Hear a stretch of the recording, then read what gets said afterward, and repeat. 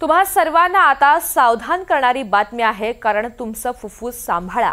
आता हे आम्ही का सांगतोय तर फुफ्फुसाच्या कॅन्सरचं प्रमाण प्रचंड वाढलंय।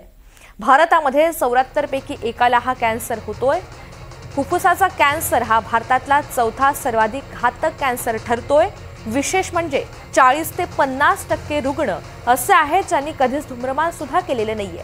तर वायू प्रदूषण, रासायनिक वायू आणि सूक्ष्म कण हे देखील मोठं कारण ठरतंय। विशेष म्हणजे पुरुषांमध्ये फुफ्फुसाच्या कॅन्सरचं प्रमाण सर्वाधिक आहे।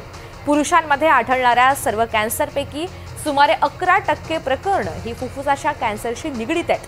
हेच प्रमाण महिलांमध्ये 4% इतकं आहे। मात्र महिलांमध्ये स्तनाचा कॅन्सर होण्याचं प्रमाण सर्वाधिक आहे।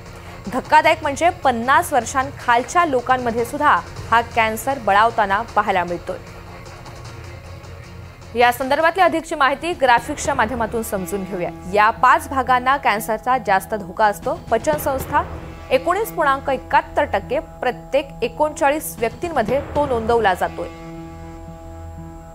स्तनाचा कॅन्सर 15.17%, प्रत्येकी 56 पैकी एकाला तो होतोय।